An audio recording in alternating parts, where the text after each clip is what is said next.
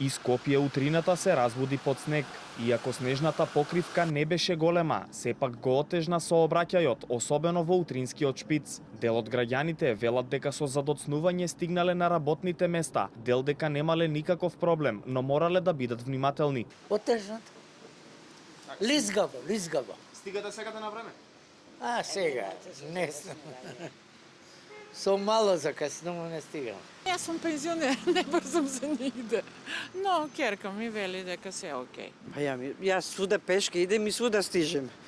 Така да немам проблема. Ја не сум од Скопје, ти кажав, што му клетва говорувам, ама откога влеговме во Скопје, додека стасав таму од одредено место, сат време помина. Движењето е исто тежното гужва низ градот. Се стигнува сегате на време?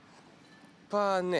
Бидејќи тука живеам во малото, некако не осетив гужва, ама гледам дека се суви улиците, така да веројатно е окей. Градоначалникот на град Скопје Орце Ѓоргиевски соопшти дека градските власти навремено реагирале од рано утрината и дека биле исчистени сите клучни булевари и улици под негова надлежност. Тој попладнево на социјалните мрежи објави и видео снимка на која се гледа Скопје по чистењето и информираше дека за тоа биле употребени 300 тони сол за непречено одвивање на сообраќајот. Одитната медицинска помош реагирале на 4 повици за пациенти кои се здобиле со различни повреди по пат поради лизгави тротоари и улици. Оттаму за Канал 5 потврдија дека во сите случаи се работело за повозрасни граѓани. Добивме 4 повици за интервенција од наша страна, од кои се со скршеници, едно со скршен колк, друг со повреда на глава, трет со